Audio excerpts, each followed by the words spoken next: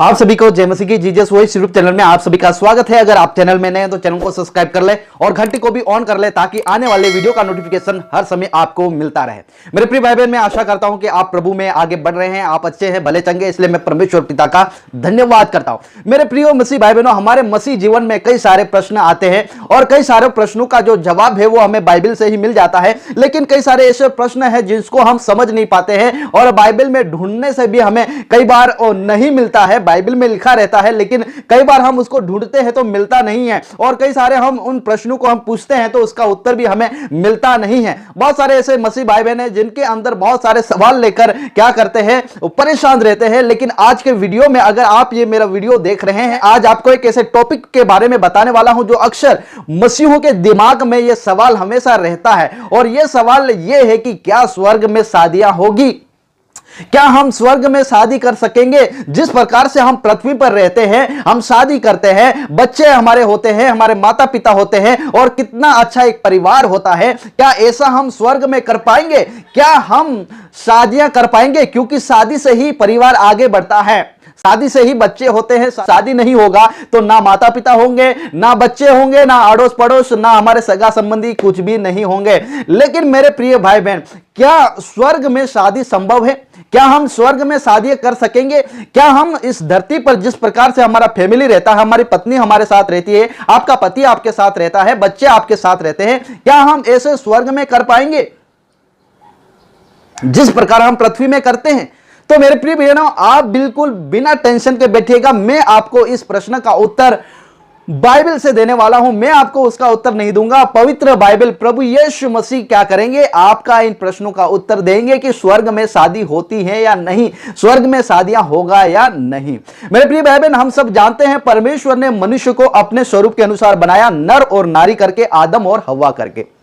परमेश्वर ने उनको आशीष दिया कि फलो फूलो और पृथ्वी में भर जाओ और पृथ्वी को अपने अधिकार में ले लो। यह परमेश्वर ने उनको आशीष दी थी जब परमेश्वर ने मनुष्य को बनाया। लेकिन क्या होता है, थोड़ी देर के बाद क्या होता है, मनुष्य क्या कर देता है, पाप कर देता है, परमेश्वर की आज्ञा का उल्लंघन करता है। उसके बाद परमेश्वर उनको बोलते हैं कि तू मिट्टी से बनाया गया था और मिट्टी में फिर क्या करेगा, मिल जाएगा। लेकिन इंपॉर्टेंट यह बात है कि जो हमारे जो ये मिट्टी का शरीर है उसके अंदर परमेश्वर ने कुछ रखा है जिसका नाम है आत्मा। आत्मा कभी नहीं मरती है, आत्मा हमेशा अमर रहती है। मेरे प्रिय बहनों, जिस प्रकार हमारा परमेश्वर अनादि काल से अभी तक जीवित है, उसी प्रकार जो हमारी आत्मा है वो कभी नहीं मरेगी। एक दिन ये आत्मा या तो न्याय करने के बाद स्वर्ग में जाएगी या तो फिर नरक में जाएगी, ये तो कंफर्म है। जो पाप में गिर गया और परमेश्वर ने कहा कि मिट्टी से निकाला गया है और मिट्टी में मिल जाएगा, ये एक शरीर हमारा एक दिन क्या हो जाएगा, मिट्टी में मिल जाएगा। लेकिन एक इंपॉर्टेंट बात यह है कि जो हमारे अंदर जो आत्मा है वो एक दिन न्याय के लिए खड़ा हो जाएगा, न्याय के लिए उसे जिलाया जाएगा फिर से। तो मेरे प्रिय भाई बहन, मैं आपको बताना चाहता हूं कि क्या स्वर्ग में शादी हो सकती है? यही सवाल कुछ सदुकी लोग लेकर बहुत साल पहले, 2000 साल पहले इन लोगों के मन में यह सवाल था कि क्या स्वर्ग में शादियां होगी। मैं आपको पवित्र बाइबल की ओर ले जाना चाहता हूं और यीशु मसीह के पास मैं आपको ले जाना चाहता हूं। 2000 साल पहले जब यीशु मसीह इस पृथ्वी में थे तो कुछ लोगों का यह प्रश्न था कि क्या स्वर्ग में शादी होगी।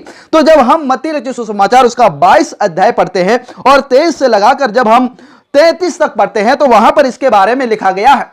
सदुकी लोग आए और यीशु मसीह से पूछने लगे कि क्या एक शादी हो गया है, उसके बाद उसका पति मर जाता है, उसके बाद मूसा की व्यवस्था के अनुसार यह कहा गया है कि अगर उसका भाई मर जाए तो क्या करे, जो उसका भाई है वो उससे, जो पत्नी है उससे वो शादी करे, उस प्रकार उसका वंश चलेगा, उसका नाम मिट नहीं जाएगा लेकिन उसका जो वंश है वो क्या करेगा, चलता रहेगा। तो यहां पर कुछ सवाल लेकर ये सदुकी लोग आए थे, क्योंकि सदुकी लोग पुनरुत्थान पर विश्वास नहीं करते थे, फिर से जी उठना पर वो लोग विश्वास नहीं करते थे। तो यही सवाल लेकर यीशु मसीह के पास आए और यीशु मसीह ने उनको क्या जवाब दिया वो हम जानेंगे। बहुत ही इंपॉर्टेंट वीडियो है। ओके, तो यहां पर लिखा है 23 कलम, उसी दिन सदुकी जो कहते हैं कि मरे हुओं का पुनरुत्थान है ही नहीं, उसके पास आए और उससे पूछा, हे गुरु, मूसा ने कहा कि यदि कोई पुरुष बिना संतान मर जाए तो उसका भाई उसकी पत्नी से विवाह करके अपने भाई के लिए वंश उत्पन्न करे।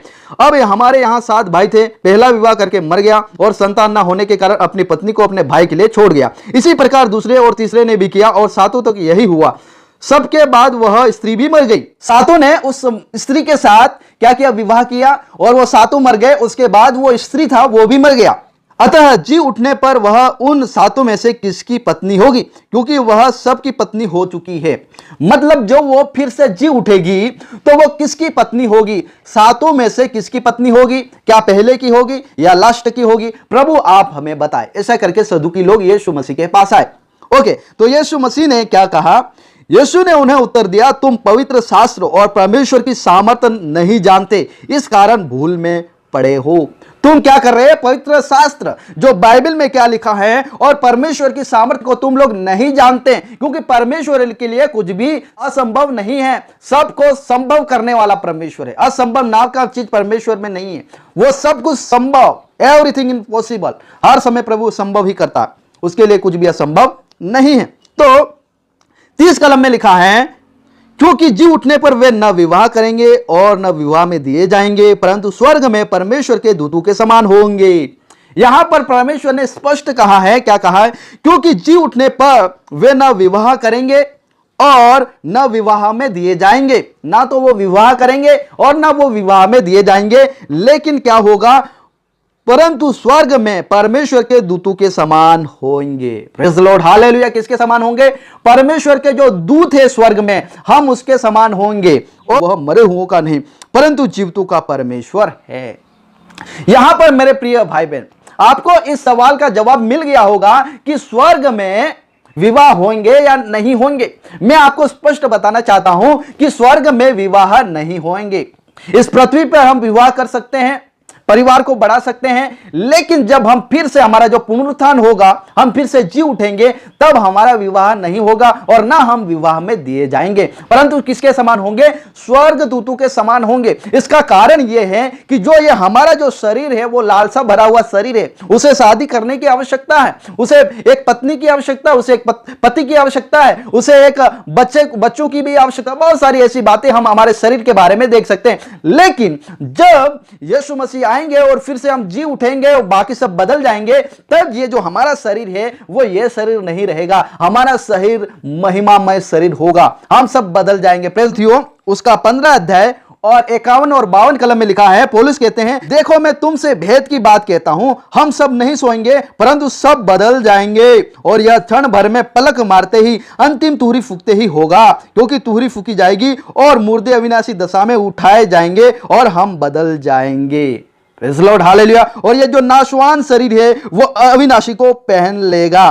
और जब आप 54 कलम में पढ़ते हैं, वहां पर लिखा है, और जब यह नाशवान अविनाशी को पहन लेगा और यह मरणहार अमरता को पहन लेगा, तब यह वचन पूरा हो जाएगा। Praise the Lord, hallelujah. तो जब यीशु मसीह आएंगे तो ये हमारा शरीर नहीं रहेगा, हमारा शरीर क्या हो जाएगा? बदल जाएगा। उस शरीर में शादी करने का कोई ख्याल नहीं आएगा, पाप करने का कोई ख्याल नहीं आएगा। ये सारी बातें जो हम पृथ्वी में सोचते हैं, करते हैं, ये सारी बातें हमारे जी उठने के बाद जो हमें नया शरीर दिया जाएगा, महिमा में शरीर दिया जाएगा, ये सब सोचेगा वो नहीं। शादी का ख्याल ही नहीं आएगा तो शादी कहां से करेंगे? तो स्वर्ग में शादी नहीं होगी, लेकिन हम स्वर्गदूत, परमेश्वर के जो स्वर्गदूत है, उसके समान हमेशा हमेशा के लिए हम किसके साथ रहेंगे? प्रभु यीशु मसीह के साथ रहेंगे। आई होप, मैं विश्वास करता हूं आपको इस प्रश्न का उत्तर मिल गया है। तो इस वीडियो को आप ज्यादा से ज्यादा शेयर कर दें, ताकि जो लोग इस प्रश्न को लेकर बैठे हैं उनको भी जवाब मिल जाए। प्रेज़ द लॉर्ड, प्रभु आप सभी को आशीष दे इस वीडियो के द्वारा।